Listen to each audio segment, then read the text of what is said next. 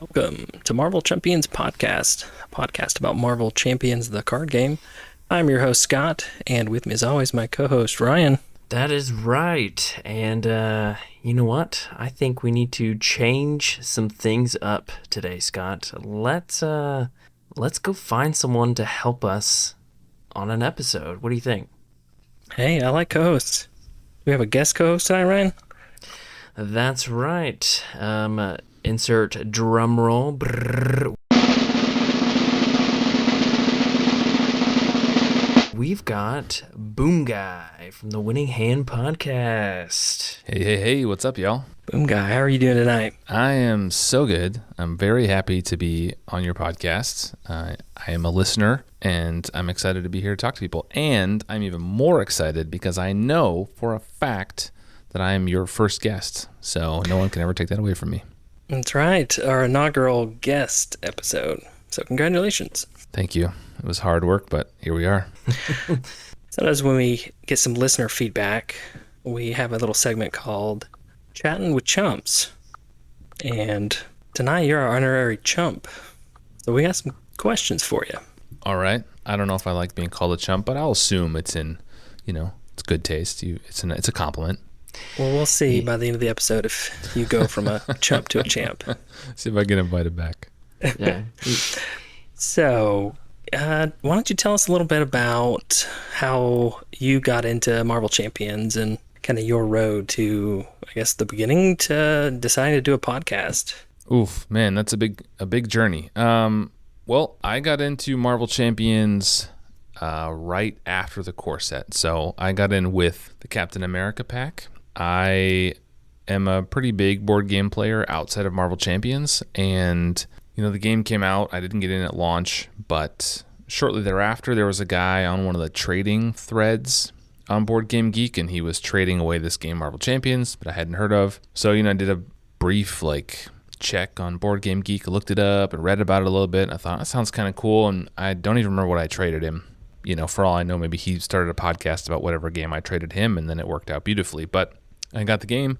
I had never played an LCG before. I had never played a competitive like CCG or TCG before. I was pretty new to card games, and I just learned the game and played it with some people and really liked it, but didn't get super heavy into it. I just picked up the hero packs as they came out, and I enjoyed them and tried them out. And I would say it was around the Rise of the Red Skull that I really fell into it pretty heavy, and it became my main game. And yeah, I've been playing ever since. I buy everything at release because I have a problem, but I also play it all, so I feel like it works out okay. And then, I used to be local for the Con of Heroes when that started up 3 years ago or whatever. I went to the first one, and I've been to all of them so far. And that was super fun, and that just kind of deepened my time with the game. And I found a local group, and we really grew that group. And so I had a group of people I was playing with regularly, and we were going to the con together and talking about the game all the time. And then, and then I decided I was going to start a podcast, which is kind of an odd choice. But I guess I'll give you guys a peek behind the curtain. So in my real life, in my alter ego as Boomguy, Mr. Boomguy, I do some work very similar to this. And so I was planning to start a podcast at work, but I didn't know how to do it. So I decided, well, I have to learn how to do it. So I taught myself by just starting a podcast about Marvel Champions. And I wasn't sure how long it would go, to be honest. I thought, we'll start it. And I had a couple friends do it with me. And we said, we'll do it for a year.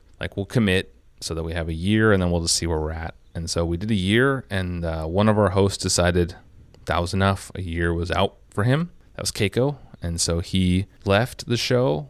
But Lazy Titan and I have continued on, and we added another co-host. And so I never ended up starting one at work for reasons. But yeah, here we are, still going strong. And we've been going since April of 2023-ish.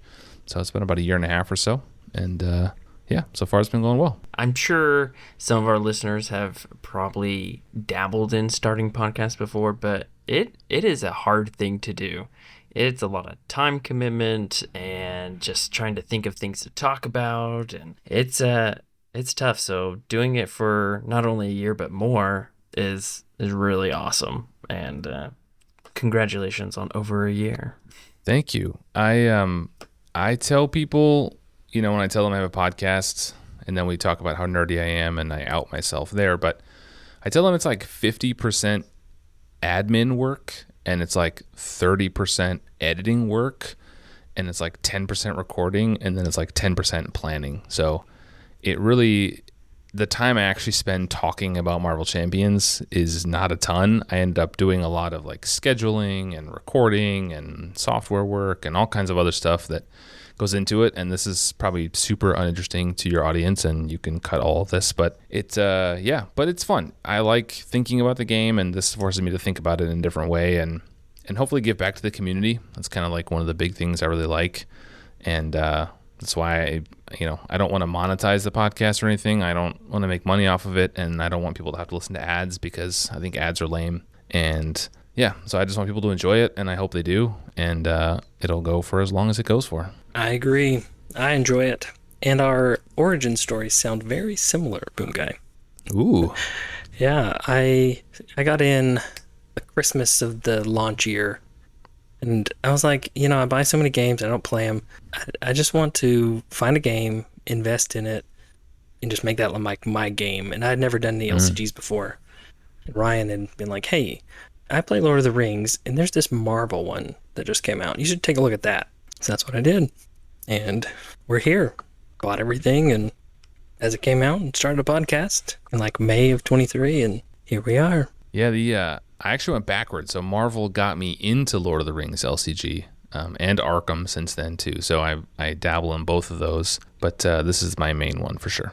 Yeah, Ryan plays a little bit of, I think, each of those, but I'll just stick with Marvel for right now. Yeah, I have played all three, and I first played, there was like a debate I was having whether to, this is before Marvel came out. It was either, do I go with Arkham or do I go with Lord of the Rings? I was more interested in Lord of the Rings, but I thought maybe the people I could play with would be more interested in the story element of Arkham Horror. So I ended up going with Arkham Horror, and then I played it, and I just didn't like it as much. And so I eventually sold it and did get Lord of the Rings, and I liked it a lot more. And then, of course, Marvel came out. And I just let Scott do most of the buying because it's a lot of money. I've already invested a little bit into Lord of the Rings. I don't want to invest in another one. Yeah. Lord of the Rings is great. I prefer that IP personally. Like, I think Lord of the Rings is just more interesting, and to me personally, than Marvel is. Like, I've seen the movies or whatever, but in terms of Marvel. But yeah, and Arkham is great. The story's cool, but the gameplay I don't enjoy quite as much. But yeah, this can kind of go into some other questions.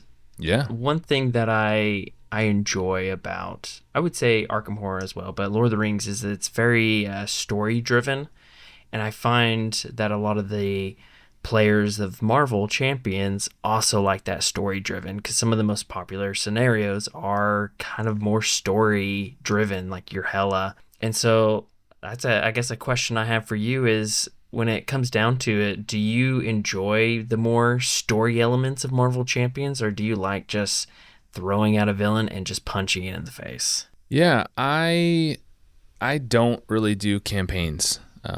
I have been on record saying I usually play the campaigns once when they come out. I'll play with like the campaign rules, but then I don't really ever go back to them.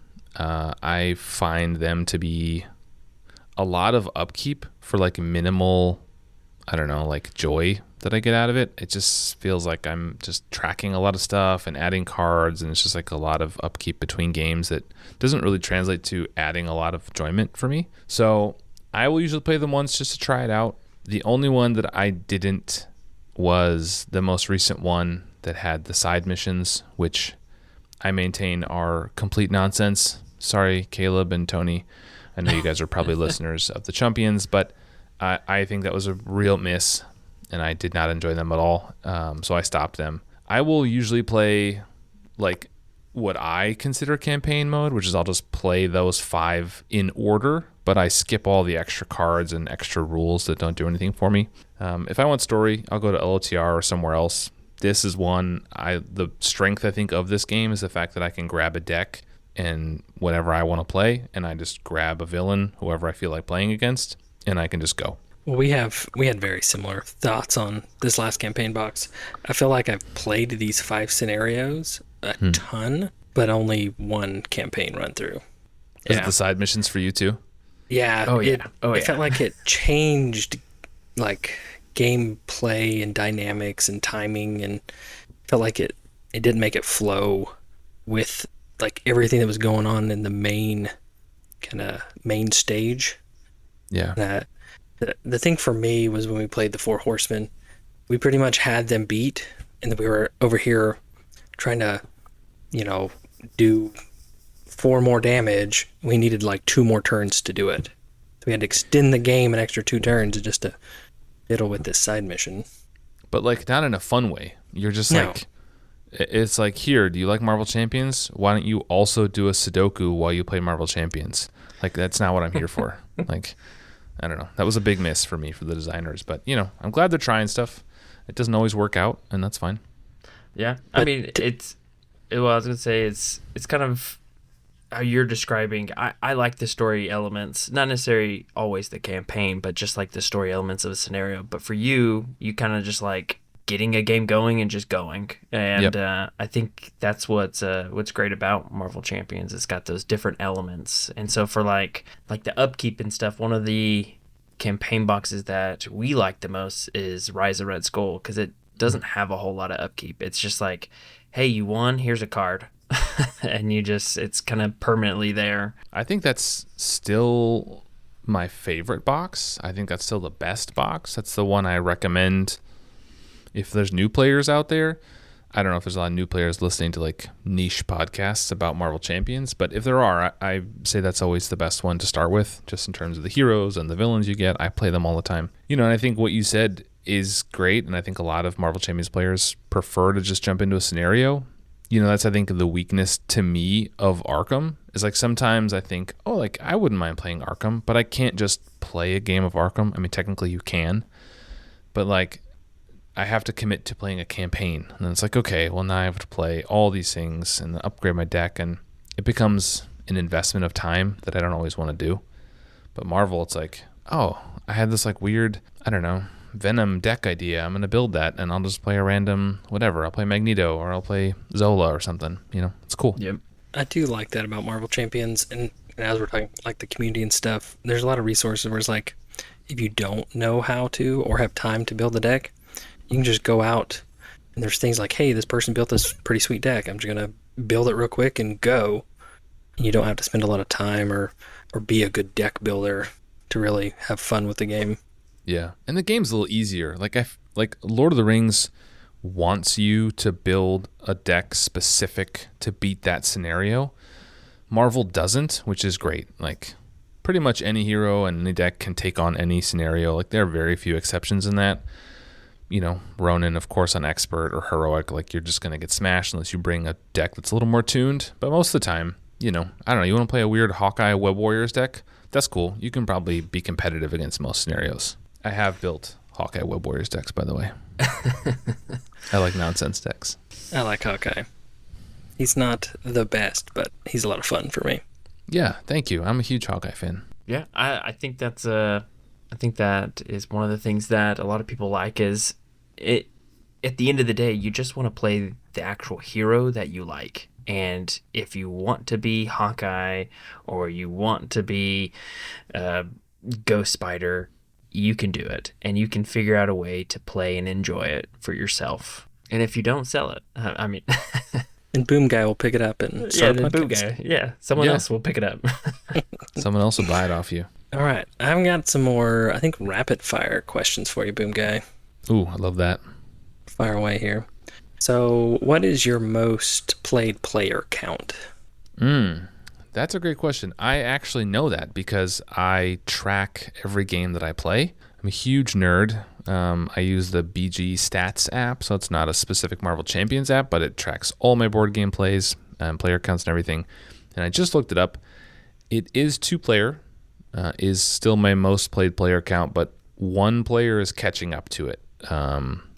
I prefer two, but I've like moved around the country a little bit the last couple years and kind of lost my game groups, and so I've had to play solo a little bit. But number one is still 2-player. That is the best one. So that's what we play, but we'll play solo every so often just because we have to, or the other one's so busy we can't play. But we've played a 3 and 4 player, and the time wise it's a lot. So I really like 3-player actually. I wish I got to play more 3-player. I don't know if it's my favorite player count. It might be though. I think it's a toss up between 2 and 3 for me. I feel like 3 gives me a little more deck specialization where you can build decks that are a little more focused on a single thing. You know, it's much easier to just bring like the protection hero who's like, I don't care what else is happening. I want to try to defend for everybody, and someone else will deal with the threat, and someone else will kill all the minions. I don't know, but I just want to like defend and protect everybody. Or you can be the guy who's like, I just kill minions. Someone else better be thwarting because I'm just going to kill a bunch of minions. And I think that's more viable at 3 and probably even more at 4. But at 4, the balance tips for me between like that's fun versus now the villain has 100 hit points and this is just kind of a slog. Yep. Yeah, we haven't found the right third yet to do that. And but that intrigues me of like being able to kind of go full, this is my job and I do this. Mm-hmm. And 2 players you can do that some, but there's just overlap there because it's like, hey, I can still do a little bit of thwart here, but I'm kind of killing bad guys. Yeah. Yeah. Well, come to the Con of Heroes next year, you two, and we'll get some games in. That sounds like a lot of fun. We have talked about it, and we are really wanting to do it. So we're trying to figure out ways to do it. We do live a little further. We live in the southern states. But if there's a will, there's a way. We can, if you guys make it there, I will join you for a Marvel à trois, and we can have a good time. All right. Let's see here. I got one just for you, Boomguy. I know from listening to your podcast that you like Vision. I do. And I don't know if you've ever noticed, but on the core box, why is the Vision art different on the core box art than his hero card? And which would you prefer? That's a great question. I don't know. I mean, aren't they all a little bit different, I feel like? It's true. I quite like the art on the core box, I also always love when we talk about art as an audio podcast, which is just like, kind of a nonsense endeavor to start with because I'm going to talk about how cool this art is and everyone's going to be like, well, that's great. I'm driving my car though, Boomguy. Yeah, I think the art is really striking on the box. I quite like it, but I also quite like the art in his hero cards. And one of the things I like about the game, and we talk about art all the time in our podcast, is that they're not all the same, and so like they have different artists, and so there's like kind of a nice blend of different styles and different comic panels they pull from. So I like that you get like different versions of it rather than reading a comic book or something where it's like all the same for every page. So yeah, I'm cool that they're different actually. I'll take it. Now, since we brought up the core box art, I think I'm looking at it now. I believe all of the characters on there have been represented in the game thus far, except for one. And I believe that is Dormammu. There's another one on there too, Ryan. Oh, there's another one? Who's the other one? Pretty sure. I think Baron Zemo's on there too. Oh, he's a Nemesis minion. He's in the game. Yeah. Oh, that's true. Okay. Captain America. So now Dormammu. For the future, what is the cycle that you're most looking forward to coming up? Is it one that would have, say, Dormammu, or are you looking for like Fantastic Four, or what are you most anticipating? Oh, that's a great question. So about, 10 episodes or so on our podcast, someone emailed this question to us, and I said what I wanted the most, I said, because what I really want is the Fantastic Four. But I said in the podcast, I know the Fantastic Four is coming. We are 100% getting the Fantastic Four. It's just like Daredevil. He's coming eventually. So I said, what I want to ask for is I wanted a shield wave. And I went on this whole rant about why I wanted a shield wave and what I wanted it to have and blah, blah, blah, blah, blah. And I don't know if you guys saw, but to confirm my status as an influencer, Fantasy Flight Games went out of their way and created a shield wave for me. And so those are kind of my two answers. The first thing was shield because I really wanted them to kind of fill out some different card pools. Like, I like the shield archetype, but I hate that it's basically just a bunch of justice cards, and I wanted them to expand that, and I thought there's a bunch of cool heroes they could use. Now they're using heroes that I didn't see coming. I did ask for Falcon and Bucky, so I think those are coming. I don't know if you guys have talked about the silhouettes yet, but the real answer is the Fantastic Four, and those are the ones that I have wanted since the beginning of the game. I don't read a lot of comics, but I've always thought the Fantastic Four was really cool.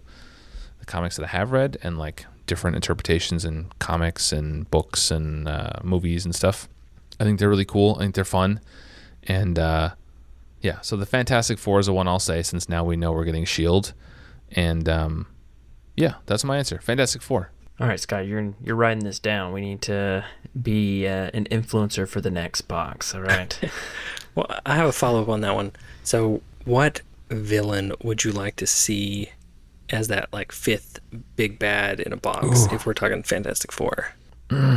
I want it to be, this might be controversial, I want it to be Doctor Doom. There are two like villains, right, that everybody knows from the Fantastic Four. It's Doctor Doom and the other one is Galactus. So I think inevitably one of them will end up in the box, and I would like the other one to end up as a scenario pack. And I think Doom is cool, and you can do a lot of cool stuff with Doom, but I want to get like Galactus, and in my mind, he is the size of like the posters that come in the hero packs.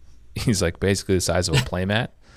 There's one a giant Galactus that'll be on the table, and then I don't know how you interact with him. I'm not a game designer, but and that might be annoying if he's that big. But I just think a Galactus scenario pack would be pretty cool, and so I'd put Doom in the box. But if you did the other way around and did a Doom scenario pack, I don't think you could go wrong, to be honest. See, I think that's the right answer. Yeah, I'm thinking they'll do like a Doom as the 5 villain, and then they'll do another box later on where he's like the Secret Wars one, where he's like in the white outfit. I mean, they've done like whatever you say, like a reintroduce villain. So they did like Goblin, and then they did Venom Goblin. So I'm gonna call it now. They're gonna do that. What if instead of Doom in the box, what if they had the Maker as the villain? See, we've talked about the Maker before. Yeah. Okay. And I think that would be really cool. Yeah, agreed. All right. Well, we do have it noted that FFG does listen and take all of our suggestions to heart. So hopefully this will work out. You guys laugh, but let me just expand on that point for a minute. We had Tony on our show. I don't know, forget what episode that was, but he said he listens to our podcast. And at the time I thought, is he just being nice? Is he just saying like, I'm a listener because that's a nice thing to say? So I wasn't really sure. All right. So another rapid fire question. When you choose a hero, do you go with the precon, or are you one that's always choosing to do a custom deck?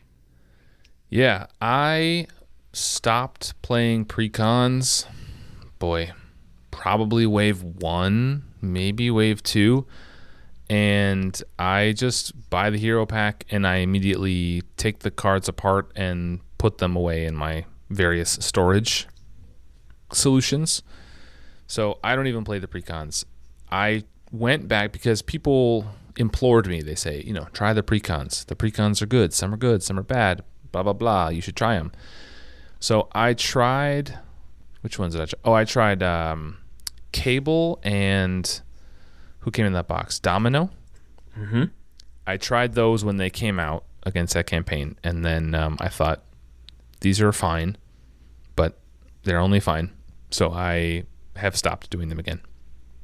I don't do precons at all. I think I am very grateful that precons exist. Boy, this is supposed to be rapid fire, and I'm just like flapping my gums. I'm glad that they have precons. I think it's an awesome model for the game on like the sales and marketing side. And we talked about this a little bit with Caleb, and I've talked on our winning hand too. But I think it makes the game really approachable. I'm really glad they have precons because it makes it easy just to go to the store and like buy your favorite hero. Like you look at the shelf and you're like, oh, I always love Gambit.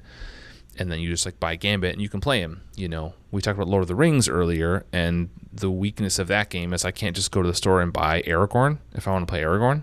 I have to like figure out, I have to buy a campaign box, and then I have to buy the adventure packs, and somewhere in there's some cards, but Aragorn didn't come with this campaign box. He came with a different one, or this is not the version of Aragorn I wanted, blah, blah, blah. So, yeah, I think the model is really great, and I'm glad they have precons. Makes it accessible, but I find them generally to be just kind of frustrating. And I think the more you play as a player and the deeper you get into the game, I think the more people agree, right? It's like, I don't need 3 copies of Endurance. I'm glad we got those reprints, but like, it's kind of a dumb card to have in my deck 3 times, stuff like that. So I don't do precons. What about you guys? Yeah. Normally for me, I will do a alternate precon where I'll take out those extra copies that I don't like, but I'll at least keep in some, especially the newer ones. I'll keep them in just to try them. But I've found that when I do that, it often messes with what they're trying to kind of direct that hero to be with that precon. Like, I feel like a lot of times leadership precons are very focused on those allies, and if I start messing with some of those cards, it kind of messes with how that's supposed to even work, and it doesn't function very well. And so then I get frustrated and then just like, oh, these are terrible, and then just go through it. Yeah. No, I just take them apart right away. That's what I do. I don't need 3 copies of Sharpshooter if I can only max 1 per player, right? Yeah, So exactly. I'm the same way. I'll pull it out, and then I'll look to see, keyword wise, what can I fill back in with cards that are going to benefit me. Yeah. And I feel like at this point, reveals of all the cards happen so early that I've started thinking about what to do with the hero pack like 2 months before it's come out. I read the articles on the FFG website when they're released because, like I said, I have a problem. So I'm reading spoiler articles for a hero pack that comes out in 2 months, and immediately I'm like, oh, this is a really cool deck building card that makes me think about putting it in whatever hero, or like, oh, this hero likes to do this and that. I bet these other cards that I already have would make a cool archetype or whatever. And so that's generally, by the time it comes, I'm like ready to build that hero in something else. Yeah, I'm the same way. I pretty much know going into the week of release, like what I'm wanting to do, if I want to keep their precon and just kind of mix it up a little bit, or have I already got a kind of deck built ready. It's nice to know that other people think the way I do about this game. That's me. All right, Ryan, any final questions before we move on to some verses? I think I'm good. Let's get into the ring. right. Versus. That's right. Way to go, Boomguy. So anybody who may not have heard our first couple episodes of Versus, we take 2 cards that do a very similar thing, and we battle it out. We put those dukes up and punch our way to victory. Tonight we've got a special one just for Boomguy. We got a Vision card and a Shadowcat card going up against each other. All right, Ryan. Why don't you take the Shadowcat card, and we'll let Boomguy take the Vision card. Describe what you see. You gonna referee?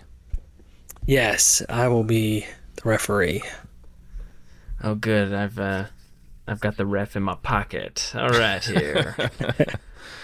So we're gonna go with the Shadowcat card, Phased Strike. It's a 3-cost event. It's an attack and a superpower. So it says, hero action attack deals 6 damage to an enemy. If you are in phased mass form, you may discard an attachment with the text hero action or hero response from that enemy. Okay. How about our challenger? What do you bring to the table? Well, okay. Phase Disruption is a 2-cost Vision event. It is traded with superpower, and it says play only if Vision is an intangible mass form. And then as a hero action, it says confuse an enemy. choose an attachment on that enemy with the text hero action or hero response and discard that attachment. All right, so we're going with our theme of particular phases, and I think we're keying in on that hero action or hero response, being able to remove an attachment. Ryan, why is your card better? Well, Or I guess if you think his card's better.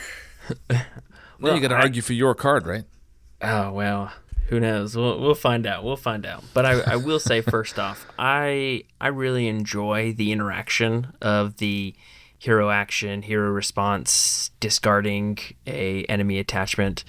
I really like that. I know Sunfire, aggression ally, does that, and it's really nice to have him. And I'm a big fan of this ability. With that said, I don't know. I really like confusing enemies too, to be honest. I'm a big fan of confusing. Well, let me offer a counterpoint. Phase disruption is awesome for a whole bunch of reasons. First of all, it was the first card that did this thing. Before Sunfire, before Phase Strike, before anybody, Vision was the first one who could discard those upgrades. So it was pretty groundbreaking when it came out. It also gives you a confuse, which is awesome, as you mentioned. Confuse is now becoming pretty common, but again, when this card came out, Vision was kind of breaking new ground with a lot of different mechanics he had. And the confusing like this, I think he was the first hero who had like a confuse like this. Some listener will remind me that that's not true. And maybe Hawkeye's arrow does it, so I could be wrong on that. But either way, it's a superpower, so that's cool. You can pay for it, and it only costs 2, which is nice. And Intangibles is better mass form anyway, so you're going to be there the whole time. So, plus it has Vision's face in the bottom right corner, which is like an extra point right there.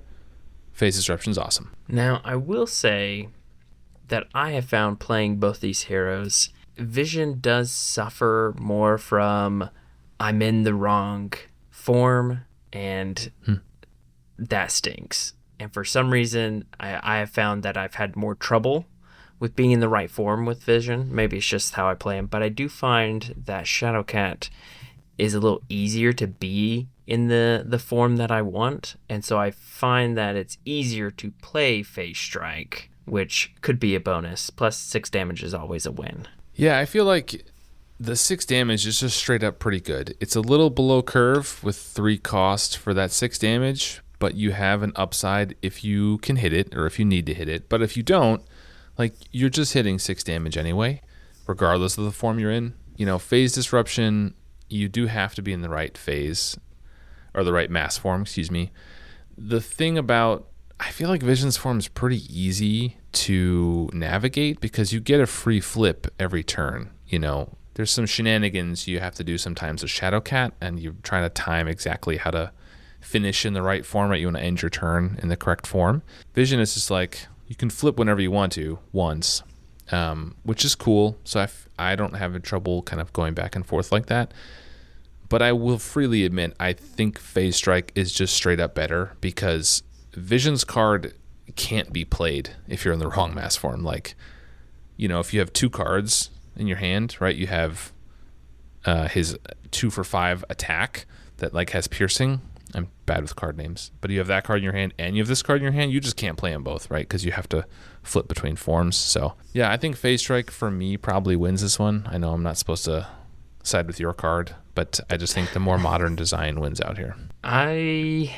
It's a tough one because I really like confusing, but I do agree that having that Phase Strike not being tied down to the form, just the bonuses being tied down, I think it does help it a lot. And I will also say that even though it's 3 costs, because it's an attack as well as a superpower, you could save playing aggression. You can have martial prowess, which will help pay for that, which is always a win. So, but it also puts you in a different phase, right? It makes you switch with Shadowcat. Doesn't she make you flip if you play an attack?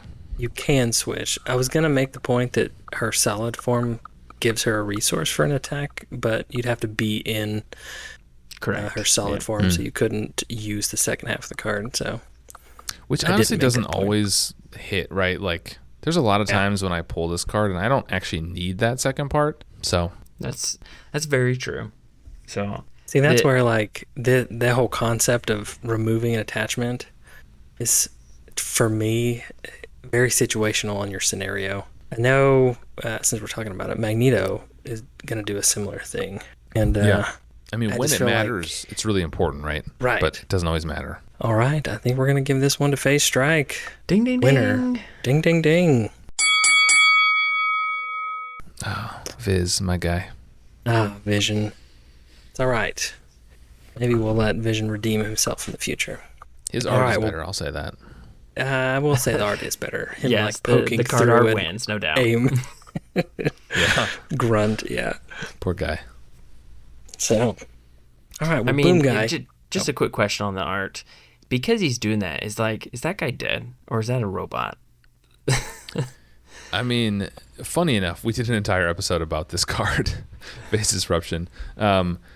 We, and Lazy Titan went on a whole rant that his name was Steve, I think, and he was just trying to get through the week, and he just like wanted to get home, and then some guy murdered him or behind.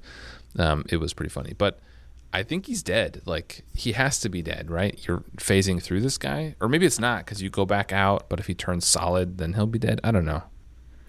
Yeah, I don't know how that works, but he looks like he's about to die. He's not looking too good. Also, he's not just disarming him like the card says, right? Like, he's not just taking his gun, he's killing him. And it's like, He's disarming the heart. yeah.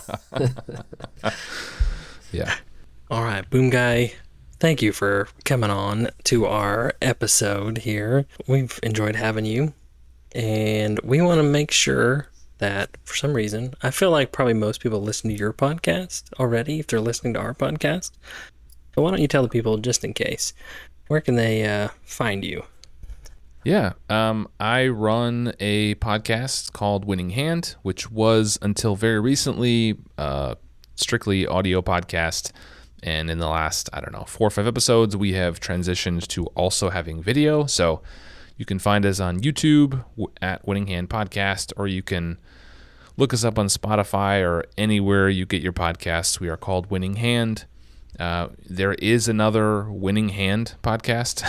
It's about collecting sports cards. So if you stumble into that one, you've gotten the wrong one. You should they have more subscribers than us, so maybe hit the next one down. But yeah, you can find us anywhere you listen to podcasts. Awesome. Ryan, any final thoughts?